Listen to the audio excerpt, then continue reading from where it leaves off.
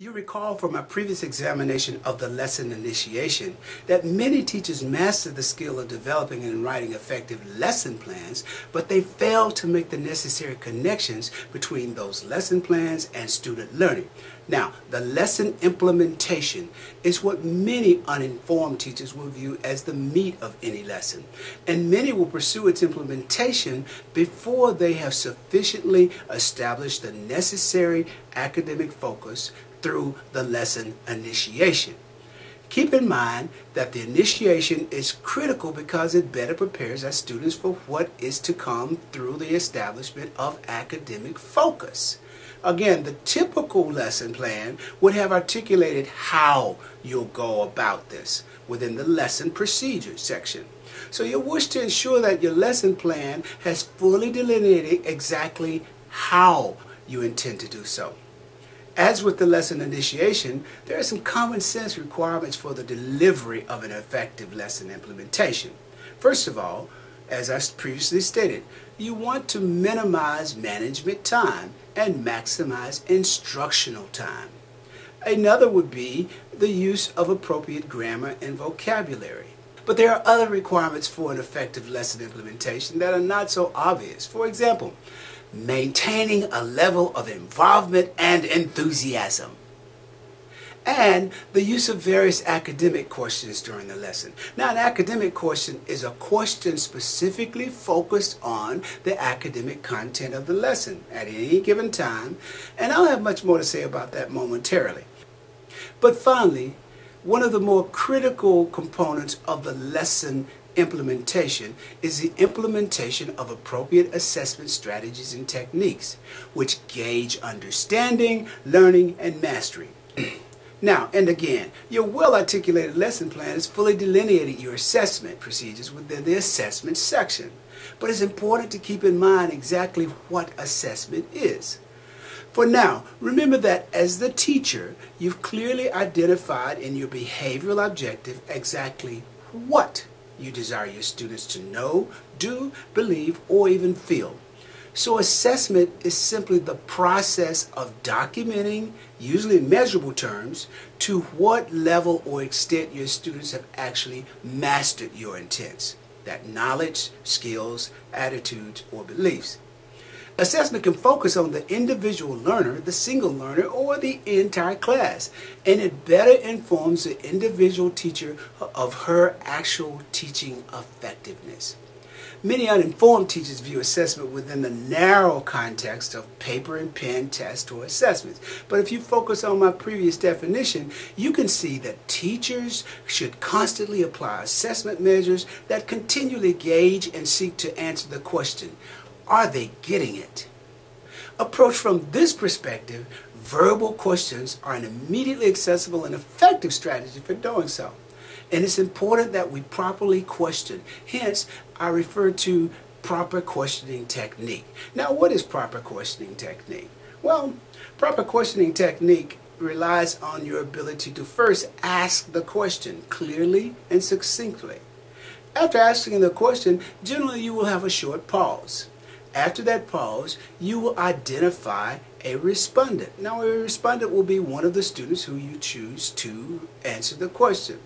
Here is where it is critical to ensure that you don't continuously identify the same respondent. A good technique is to randomly identify respondents, and that will allow you to avoid asking those students whom you know has the answer, or avoid you to appear as if you're picking on the student who you know does not have the answer. So random identification of respondents is a great technique and mechanism to include in your questioning technique. Now, if a student gets the answer correct, you want to be sure that you acknowledge that answer. Good job, or you're absolutely correct, or you may even follow up with a deeper level question. But it is when the student gets the answer incorrect that is most critical here. When students provide incorrect answers to your inquiries or question, it is critical that you guide them at that moment to the correct answer to the greatest extent possible. If the answer is very close to being correct, you can simply follow up with an additional question to bring that student to the recognition of the proper answer. If it's a long way away from the correct answer, more intense guiding will be necessary. Don't give up on this technique, because when you're guiding one student, keep in mind that all of the other students are also being guided and they're learning at that moment in time. The acknowledgement of when that student finally gets the answer is critical.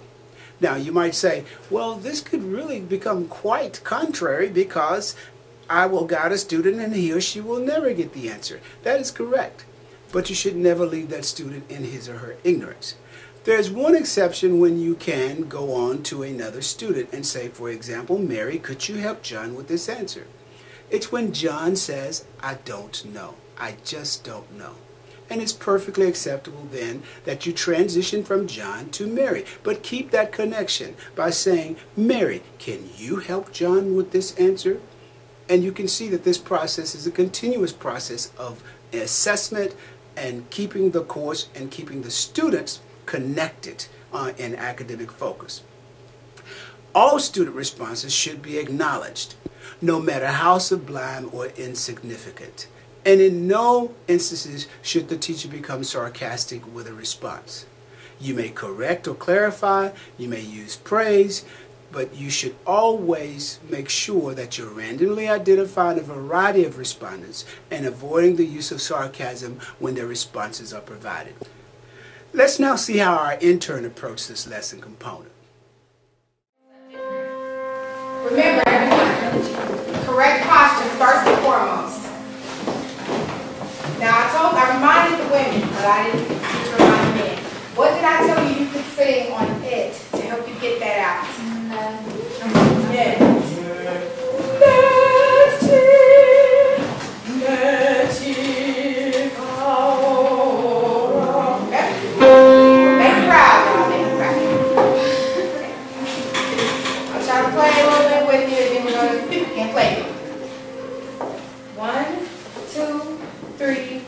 One, two.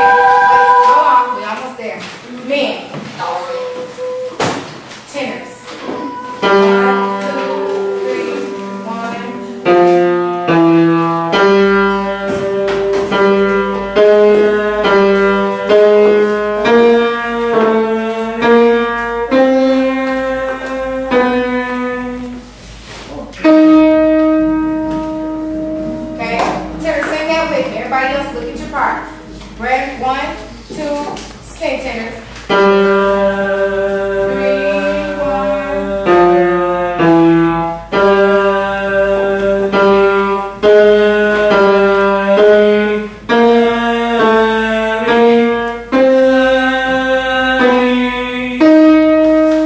Now, you sang all those notes, Patrick. That last note you just sat back on. That's the last note. He sing. He went, Lee. I gotta sing now. Right, the thing is, I know you can't because I've heard you sing in the rafters about that loud. I know it's in there. Don't let me call me and get it out. Okay, try one more time with the basses this time. Yeah? Don't feel bad, I'm not picking on you. You're doing good. This is not an easy song. Basses.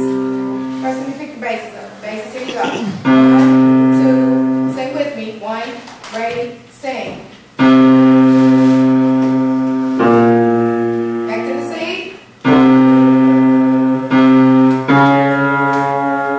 Moving half steps.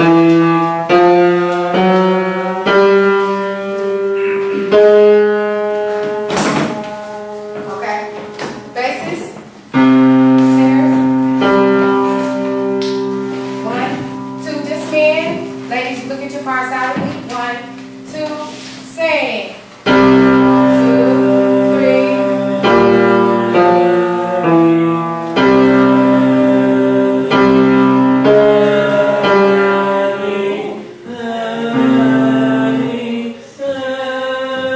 Basses, what's wrong? I get confused from I get the two parts. Do we need to do the bass part? We need to do the bass part. Bass, sing that pitch. Sing.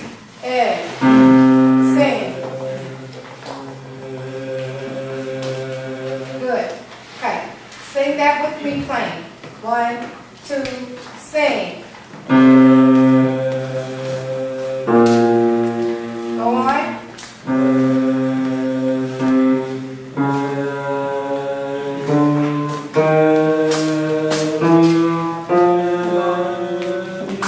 You're not moving yet. That's a half note, getting to a quarter note. That's got to count. Don't get frustrated. You get it. Okay? Let's get everybody. Basses, tenors, altos, sopranos. 1, ready, sing.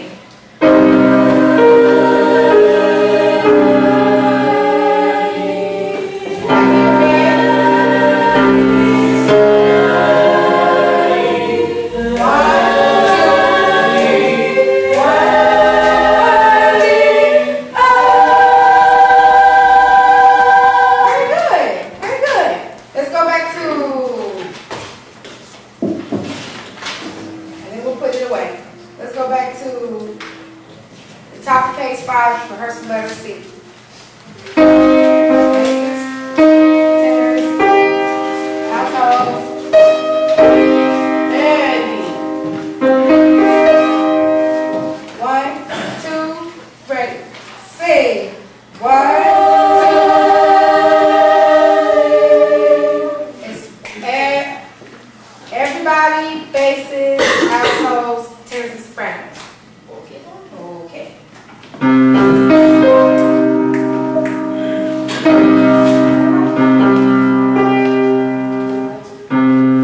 No, it's not even close.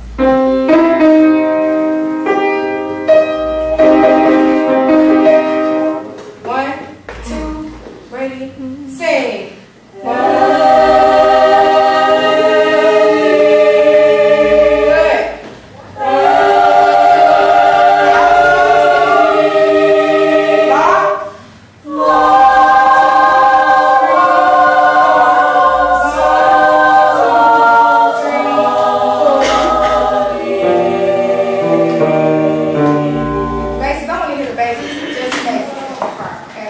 Everybody hold on. Just gotta get everybody in, okay?